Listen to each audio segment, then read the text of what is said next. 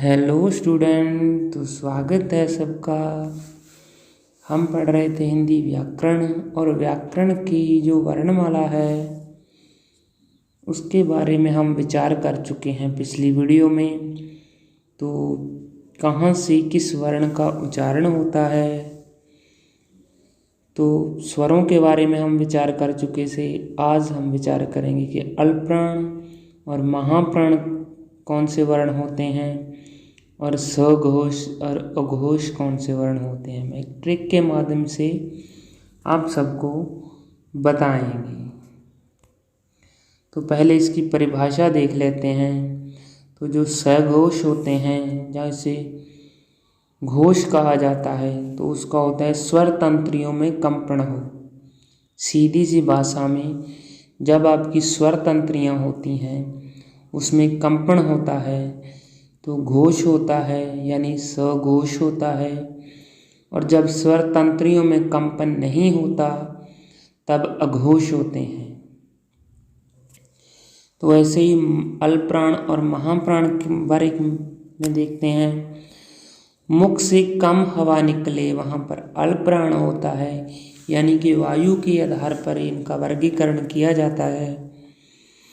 जहाँ पर कम हवा निकलती है हमारे मुख से वहाँ अल्पप्राण, और जहाँ अधिक हवा निकले वहाँ महाप्राण होता है। तो देखिए, पहले हम घोष और अघोष के बारे में देखेंगे।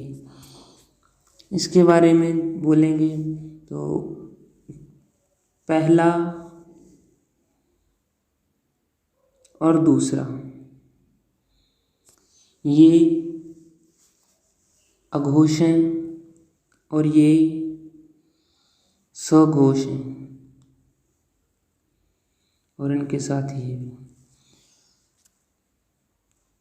तो ऐसे याद करने से हमारे याद नहीं होते कौन कौन से वर्ण अघोष हैं और कौन कौन से सघोष हैं।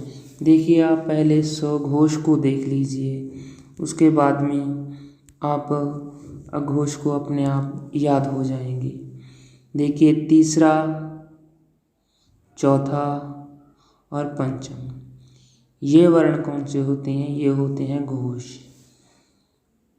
और ये अंतास्थि व्यंजन जो होते हैं ये घोष की श्रेणी में आते हैं।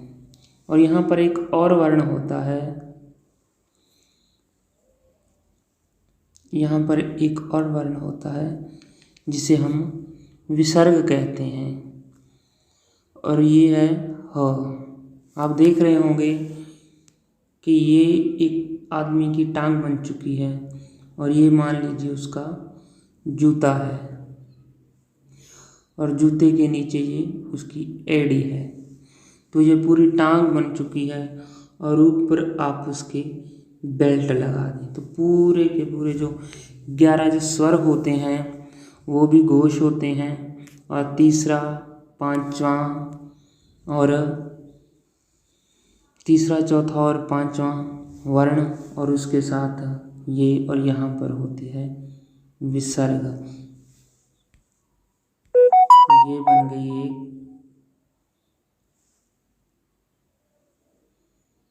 टांग, और ये उसकी एड़ी, ये जूता बन गया उसका।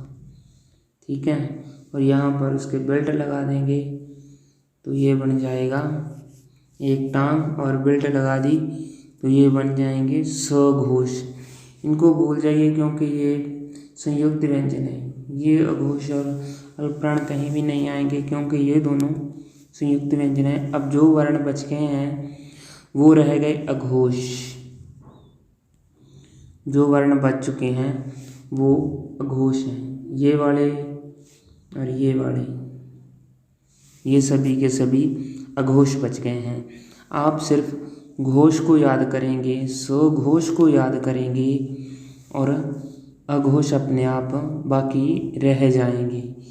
एक टांग को याद रखना और एक बेल्ट को याद रखना, इनमें सभी स्वर आते हैं। तीसरा, चौथा और पंचम वर्ण, और उसके साथ ही अंतास्थि व्यंजन हो गए, और एक ह इनकी श्रेणी में आता है, और एक विसर्ग। तो ये हैं सघोष। अब हम बात कर लेते हैं अल्पप्राण और महाप्राण के बारे में।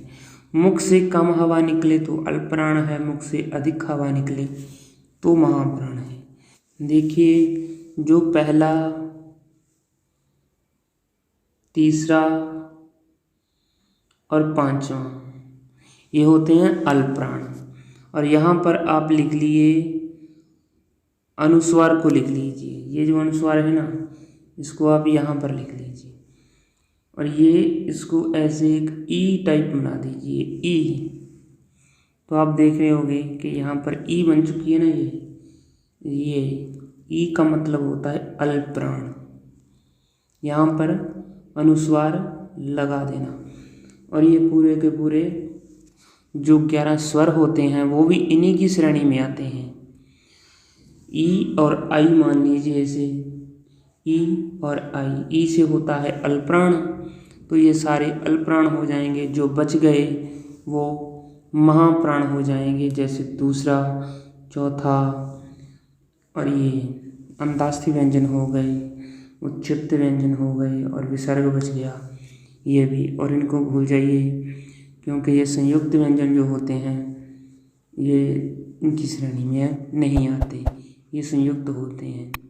देखिए, अल्पप्राण फिर से बोल देता हूँ आपको कि जो अल्पप्राण होते हैं इसकी ई बना लीजिए, ये वाली, और यहाँ पर अनुस्वार को ऐड कर लीजिए और ये पूरे के पूरे जो स्वर हैं उनको। तो ये हो गए अल्पप्राण हो गए और जो बच गए वो महाप्राण है। उम्मीद करता हूँ आपको समझ आए होंगे। ध्यान रखना, अल्पप्राण कौन से है, महाप्राण कौन से है, स्वघोष और अघोष।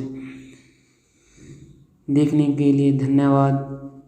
कमेंट करना, यदि नहीं समझा तो दोबारा कोशिश करेंगे। धन्यवाद।